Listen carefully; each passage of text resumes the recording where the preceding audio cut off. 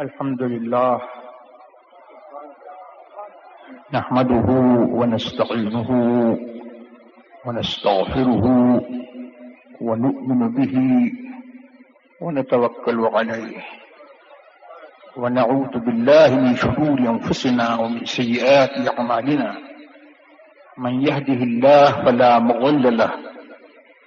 ومن يضلل فلا هادي له ونشهد أن لا إله إلا الله وحده لا شريك له ونشهد أن سيدنا ومولانا محمدا عبده ورسوله بالهدى ودين الحق أرسله صلى الله تبارك وتعالى عليه وعلى آله وصحبه أجمعين وبارك وسلم أبدا. أما بعد، أعوذ بالله من الشيطان الرجيم. لقد تاب الله على النبي والمهاجرين والأنصار الذين اتبعوه في ساعة العسرة. صدق الله مولانا العلي العظيم وبلغنا رسوله النبي الكريم الأمين المكين ونحن على ذلك لمن الشاهدين والشاكرين والحمد لله رب العالمين. غوث اعظم بمنی بے سر و سامہ مدد قبلہ دی مدد کعبہ ایماں مدد جوار کرم تست منے عینی را. اے خدا جویو خدا بینو خدا دا مدد. تاخیر تو بہت ہو چکی. اب ہمارے میزبان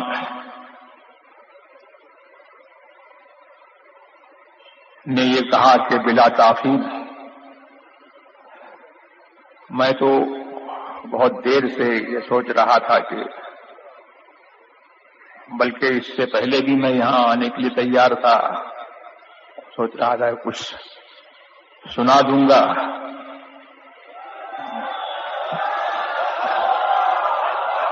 آپ لوگوں کا یہی اگر طور رہا تو میں تو سنانے سے رہا.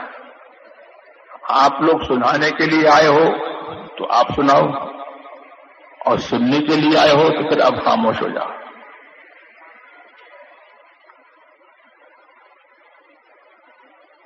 میں اپنی طبیعت کی وجہ سے زیادہ بیٹھ نہیں سکتا اور زیادہ جلسوں کے ہنگاموں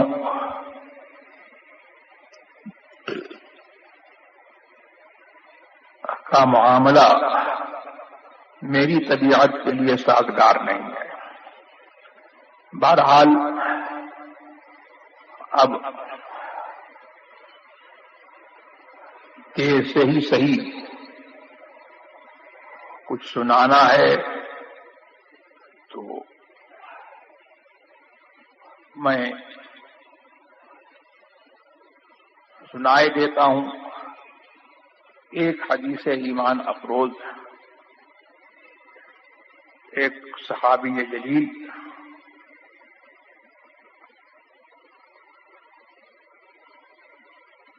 کی حکایت پر اور ان کے قصے پر مشتمل جو بخاری شریف میں مروی ہے. وہ حدیث میں یہاں پر سنانا چاہتا ہوں جس سے اندازہ لگے گا کہ صحابہ کرام رضوان اللہ تبارک و تعالی علیہم اجمعین حضور سرور عالم صلی اللہ تبارک و تعالی علیہ وسلم سے کیسی محبت فرماتے تھے اور ان کی محبت کو انہوں نے اپنے رشتوں کی بنیاد کس طرح سے بنایا تھا اور حضور سرور عالم صلی اللہ تبارک و تعالی علیہ وسلم کی حکم کی تعمیل کا ان کے اندر کیسا جذبہ تھا اور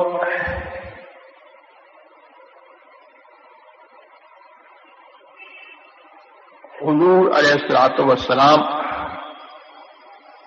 کو وہ اپنے نفس کا، اپنی جان کا اور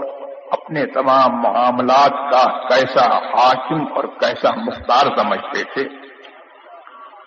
اور اس سے یہ بھی پتہ لگے گا کہ سنیت، جس کو آج مسلک اہل سنت والجماعت کے نام سے اور پہچان کے لیے مسلک اعلی حضرت کے نام سے جانا پہچانا جاتا ہے، وہ کیا ہے.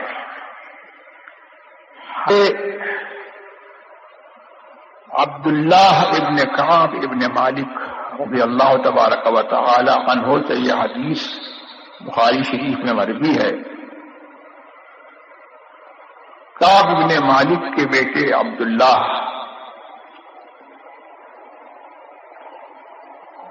ان کے بارے میں بخاری شریف میں یہ آیا کہ جب کعب ابن مالک رضی اللہ تبارک و تعالی عنہ کی بینائی چلی گئی تھی تو ان کے قائد اور ان کو چلانے والے وہی ان کے بیٹوں میں تھے. ان سے حضرت کعب ابن مالک رضی اللہ تبارک و تعالی عنہ نے اپنی آپ بیتی بیان کی. وہ کہتے ہیں کہ میں حضور سرور عالم صلی اللہ تبارک و تعالی علیہ وسلم کے ساتھ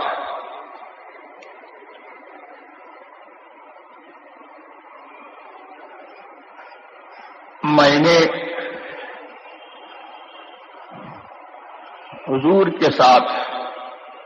12 غزوے کیے اور میں کسی غزوے میں حضور سے پچھڑا نہیں. ان تمام غزووں میں میں حضور کے ساتھ رہا. کہتے ہیں کہ سوائے بدر کے، اور یہ بھی بتاتے ہیں کہ بدر کا غزوہ یہ اچانک ہو گیا تھا، اس کی پہلے سے کوئی تاریخ وغیرہ مقرر نہیں تھی. تو حضور سرور عالم صلی اللہ تبارک و تعالی علیہ وسلم نے جو لوگ اس بدر کے غزوے میں شریک نہ ہوئے ان پر حضور نے کوئی ملامت نہیں فرمائی. پھر یہ فرماتے ہیں کہ مجھے یہ مضمون ہے، میں اس کا معنی بیان کر رہا ہوں کہ اللہ تبارک و تعالی نے حضور سے بیعت کی جو سعادت نصیب فرمائی لیلۃ العقبہ میں، عقبہ والی رات میں، اس سعادت پر وہ فخر کرتے ہوئے فرماتے ہیں کہ میری یہ تمنا نہیں ہے کہ مجھے بدر کا غزوہ، اس کے بدلے بدر کے غزوے کی حاضری نصیب ہوتی، اگرچہ بدر کی جنگ کا شہرا لوگوں میں زیادہ ہے. اس کے بعد کہتے ہیں کہ میں تمام غزووں میں حضور کے ساتھ شریک رہا، غزوہ تبوک کے علاوہ. کہ غزوہ تبوک میں پیچھے رہ گیا اور حضور سرور عالم صلی اللہ تبارک و تعالی علیہ وسلم کی عادت کریمہ یہ تھی کہ جب کسی غزوے کے لیے تشریف لے جاتے تو جہاں جانا ہے اور جو آخری منزل ہے اس کا پتہ نہیں بتاتے تھے، بلکہ توریے کے طور پر صراحتاً حضور نبی کریم صلی اللہ تبارک و تعالی علیہ وسلم نے صریح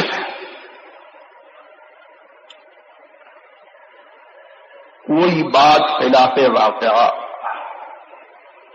نہ فرمائی اور کبھی جھوٹ کا قصد بھی نہیں فرمایا، کبھی جھوٹ نہیں بولا۔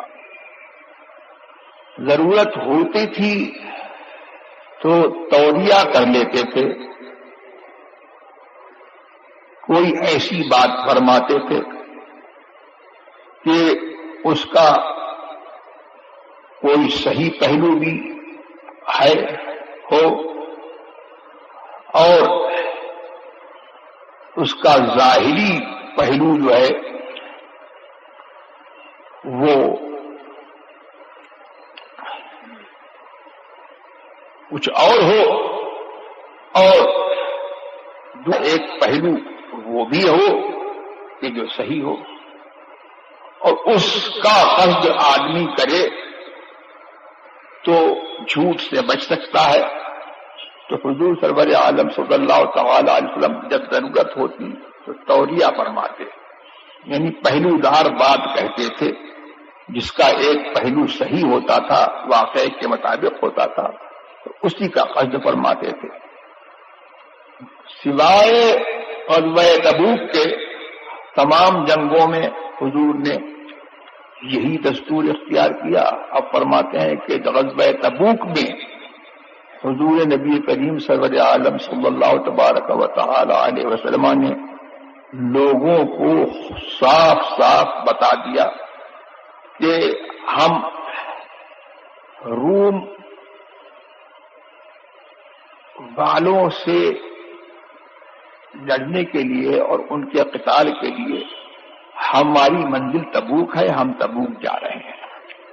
تاکہ لوگ تیاری کر لیں اور اپنے کام نپٹا کر کے وہ جانے کے لیے تیار ہو جائیں۔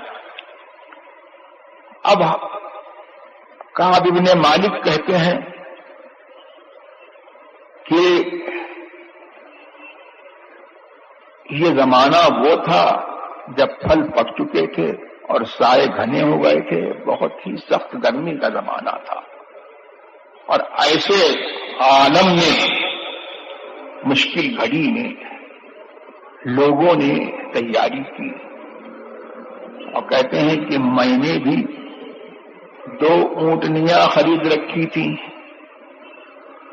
اسی قصد سے، اور لوگ تیار ہو کر کے چل دیے، لیکن مجھے کچھ کام درپیش ہوا تو میں نے کہا کہ میں اپنا کام نپٹا لوں گا، تو آج نہیں تو کل جاؤں گا۔ پھر جب دوسرا دن ہوا، کل ہوا، تو پھر میں اپنے کام میں مصروف ہو گیا، اور پھر میں نے یہ کہا کہ میں کل چلا جاؤں گا۔ یہی ہوتا رہا، اور آج سے کل پر وہ تاخیر ہوتی چلی گئی، یہاں تک کہ حدیث میں آتا ہے کہ کعب بن مالک کہتے ہیں کہ لشکر جو ہے وہ بہت دور پہنچ گیا۔ اب ان کے لیے یہ دشوار ہوا کہ یہ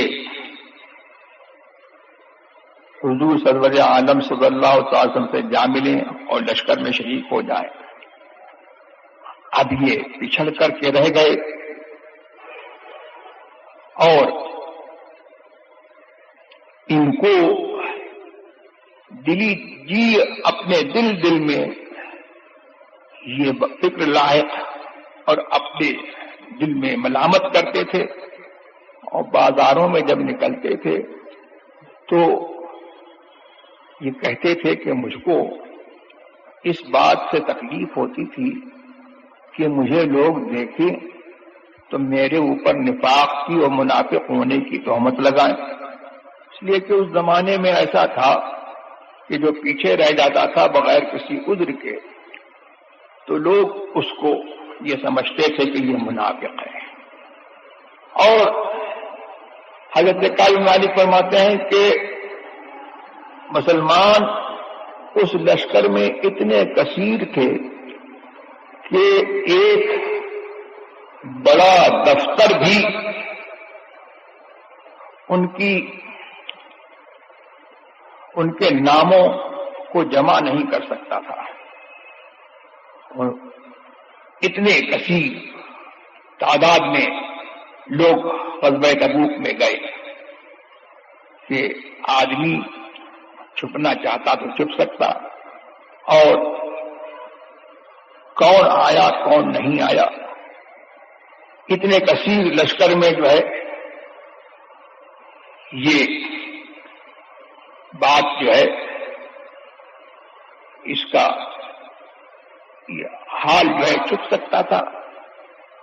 کہتے ہیں کہ جب حضور سرور عالم صلی اللہ تبارک و تعالی علیہ وسلم تبوک میں پہنچ گئے تو مجھے یاد فرمایا اور پوچھا کہ کعب ابن مالک کا کیا ہوا. اب کہتے ہیں کہ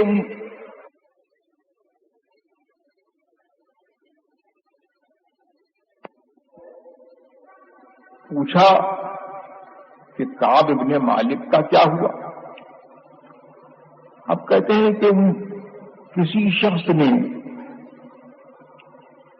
یہ کہا کہ ان کو جنگ میں آنے کی فرصت کہاں ہے، وہ تو اپنے حال میں خوش ہیں اور ان کا جو لباس ہے دائیں بائیں اس کو دیکھنے میں وہ مصروف ہیں. تو ایک صحابی جلیل غالباً معاذ بن جبل یا کوئی اور صحابی جن کا میں نام بھول رہا ہوں، انہوں نے اس شخص سے کہا کہ تو نے کتنی بری بات کہی، اور پھر حضور سے مخاطب ہو کر کے کہا یا رسول اللہ، اللہ کے رسول، ہم تو کعب ابن مالک کے بارے میں جو کچھ جانتے ہیں وہ خیر ہی ہے. اس سے کیا پتہ لگا کہ صحابہ کرام رضوان اللہ تبارک و تعالی علیہم اجمعین کا دستور یہ تھا کہ کسی کی برائی سننا گوارا نہیں کرتے تھے. آپس میں ایک دوسرے کو اتنا چاہتے تھے کہ اس کی برائی نہ تو خود کرتے تھے اور اگر کوئی برائی کرے تو اس کو سننا گوارا نہیں کرتے تھے. یہی دستور ہم لوگوں کو اپنانا چاہیے. اگر یہ دستور ہم لوگ اپنا لیں تو غیبت کا اور ایک دوسرے کی ناحق بلا ضرورت اور بے حاجت شرعیہ اس کی غیبت اور اس کی برائی کا دروازہ بند ہو سکتا ہے. اور اس سے یہ بھی پتہ لگا کہ صحابہ کرام رضوان اللہ تبارک و تعالی علیہم اجمعین کسی کے اوپر اعتراض کرنے میں اور اس کے اوپر کوئی الزام دینے میں جلدی نہیں کرتے تھے. اب ہم جیسے لوگ ہوتے تو فوراً یہ حکم لگا دیتے کہ کعب ابن مالک نے بڑا گناہ کیا اور کعب ابن مالک معاذ اللہ مجرم ہو گئے. لیکن یہ صحابی تھے، انہوں نے اعتراض میں جلدی نہیں کی، اور جس نے اعتراض کیا اس کو ڈانٹا، پتہ یہ لگا کہ مسلمان کا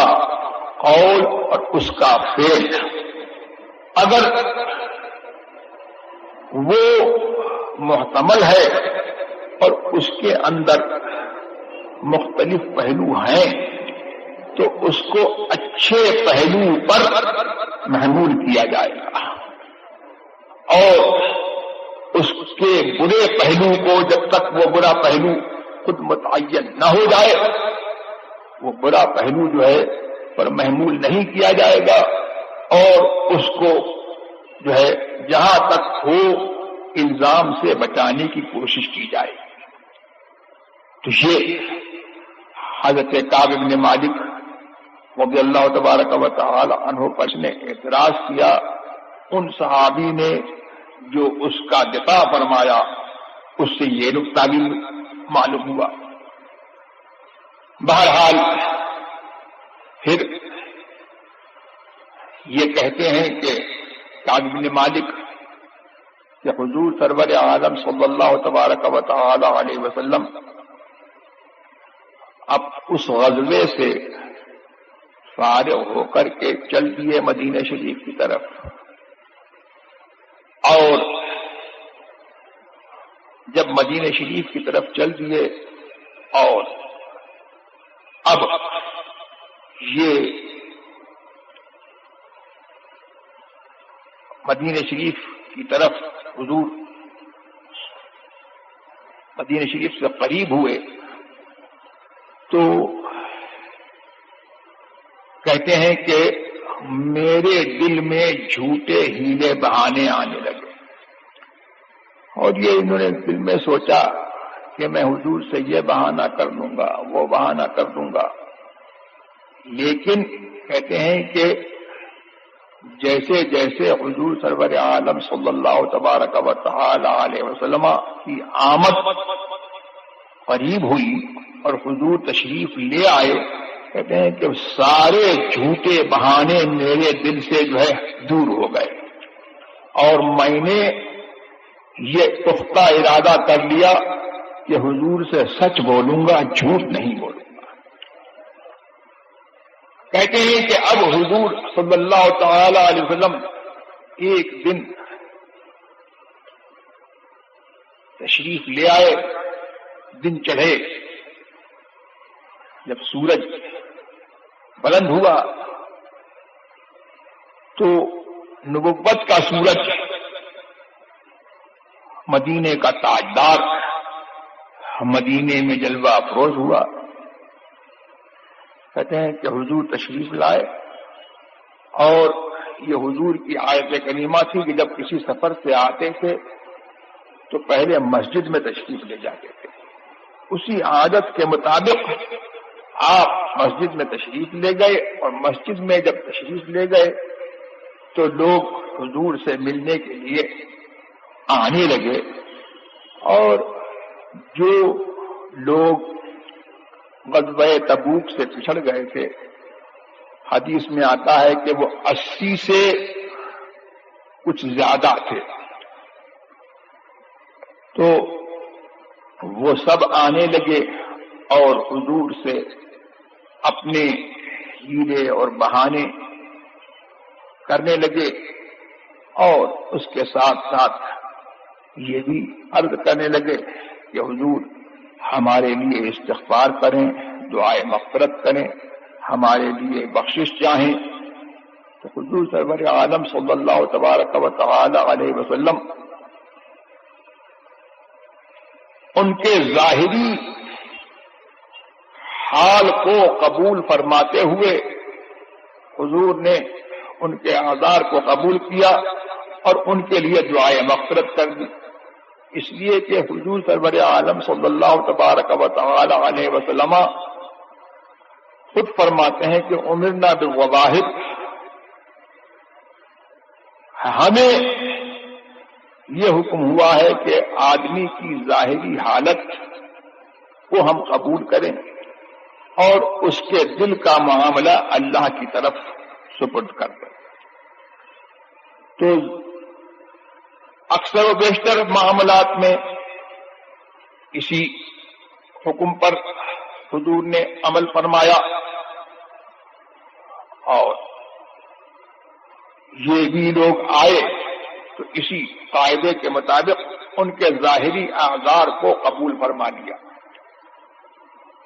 اور ان کے لیے دعائے مغفرت فرما دی. لیکن حضور سرور عالم صلی اللہ تبارک و تعالی علیہ وسلم کی یہ خصوصیت ہے اور یہ خصوصیت اگلے انبیاء میں نہیں پائی جاتی. اگلے انبیاء کا حال یہ ہے کہ کچھ کو یہ حکم تھا کہ وہ ظاہر پر عمل کریں اور کچھ کو یہ حکم تھا کہ وہ باطن پر عمل کریں. دل میں جو ہے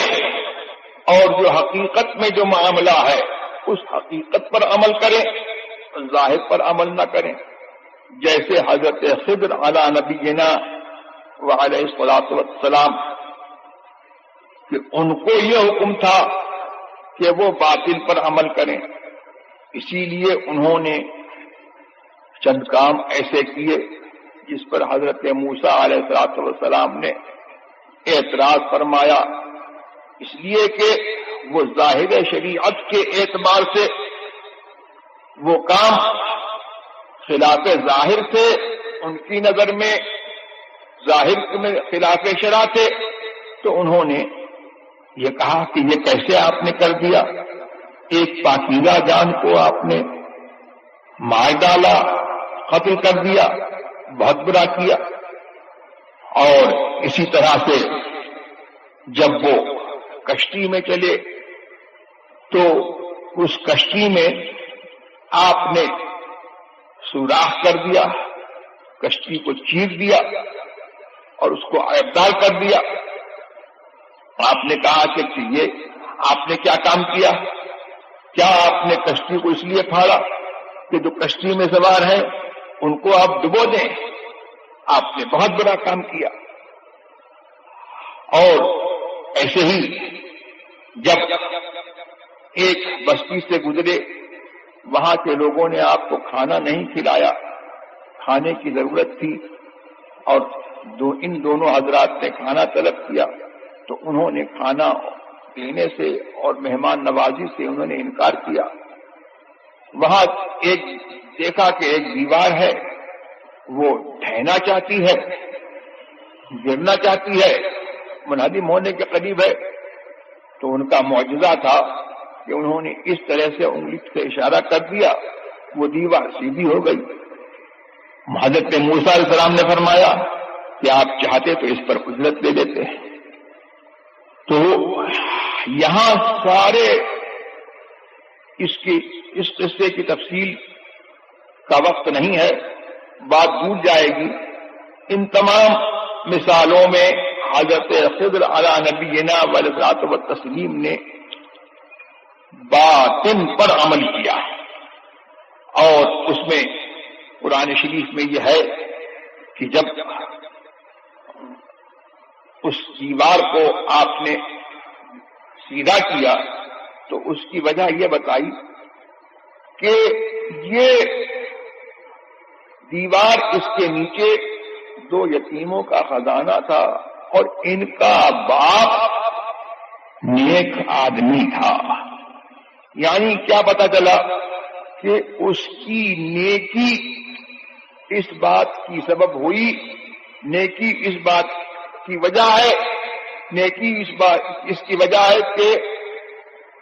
خضر نے یہ تصرف کیا کہ اس دیوار کو سیدھا کر دیا. تو وہ حدیث تفسیر میں آتا ہے کہ وہ جو باپ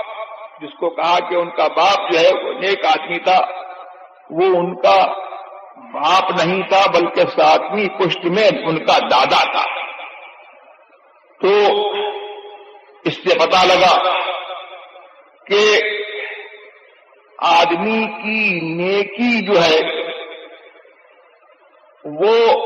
آدمی کے کام بھی آتی ہے اور آدمی کی نیکی سے جو ہے دوسروں کا بھی بھلا ہوتا ہے اور اس کے مر جانے کے بعد جو ہے اس نیکی سے جو ہے اس کی اولاد کو اور دوسروں کو بھی فائدہ ہوتا ہے. یہی تو مسلک اہل سنت ہے کہ ہم یہ کہتے ہیں کہ صلحاء اور صالحین کے ذریعے سے اللہ تبارک و تعالی ہمارے معاش اور ہماری دنیا کی اصلاح اور اس کا انتظام فرماتا. بہرحال تو حضرت خضر نے باطن پر عمل کیا اور حضرت موسیٰ نے جو اعتراض فرمایا وہ ظاہر پر ان کا عمل تھا. دونوں اپنی اپنی جگہ پر جو ہے اللہ تبارک و تعالیٰ کے حکم پر عمل کر رہے ہیں. یہ ظاہر ان کو ظاہر پر عمل کرنے کا حکم تھا اور ان کو باطن پر عمل کرنے کا حکم تھا. اسی لیے اس روایت میں یہ آتا ہے کہ جب حضرت خضر سے اللہ کے حکم سے حضرت موسیٰ علیہ السلام وہ علم حاصل کرنے کے لیے گئے تو انہوں نے فرمایا کہ آپ کو اللہ نے وہ علم دیا ہے کہ جس پر عمل کرنا میرے لیے مناسب نہیں ہے کہ میں اس کو جانوں یعنی اس پر عمل کروں, اور مجھے اللہ نے وہ علم دیا ہے کہ اس کو جاننا یعنی اس پر عمل کرنا یہ آپ کے لیے مناسب نہیں ہے اور آپ میرے ساتھ جو ہے وہ ٹھہر نہیں سکیں گے. بہرحال تو لیکن یہ سرکار کی خصوصیت ہے ہمارے کہ ان کو اللہ تبارک و تعالی نے ظاہر و باطن دونوں کا حاکم بنایا. جب چاہا ظاہر پر حکم دیا اور جب چاہا تو حقیقت کے مطابق حکم فرمایا اور باطن کے مطابق حضور نے جو ہے حکم فرمایا اور باطن پر جو ہے حضور نے فیصلہ کیا. تو یہاں پر منافقین نے ہیلے بہانے کیے, حضور نے ظاہر کے مطابق ان کا عذر جو ہے قبول کر لیا اور دعائے مغفرت فرما دی. لیکن یہ نہیں ہے کہ حضور کو اس پر اطلاع نہیں تھی, حضور کو اس پر اطلاع تھی لیکن خدا کی طرف سے حکم یہی تھا کہ ان کے ظاہر کو قبول کر لو. اچھا, اب کعب بن مالک آئے تو کعب بن مالک کے بھی حال سے جو ہے حضور واقف تھے. تو کعب بن مالک آئے تو اب ان کا ظاہر قبول کرنے کی بات نہیں ہے. دیکھا تو دیکھ کر کے تبسم فرمایا, اس تبسم میں ناراضگی کے آثار تھے. کہتے ہیں کہ پھر آپ جب حاضر ہوئے تو حضور نے فرمایا کہ کیا ہوا, تم غزوہ تبوک پہ نہیں آئے؟ کیا تم نے اپنی 2 اونٹنیاں نہیں خریدی تھی اس ارادے سے؟ یعنی حضور کو اس ارادے کی بھی خبر ہے کہ کعب بن مالک کا جو ہے جانے کا ارادہ تھا, انہوں نے 2 اونٹنیاں خریدی تھی. کہ میں نے حضور سے جو ہے یہ عرض کیا کہ خدا کی قسم میرے پاس جو ہے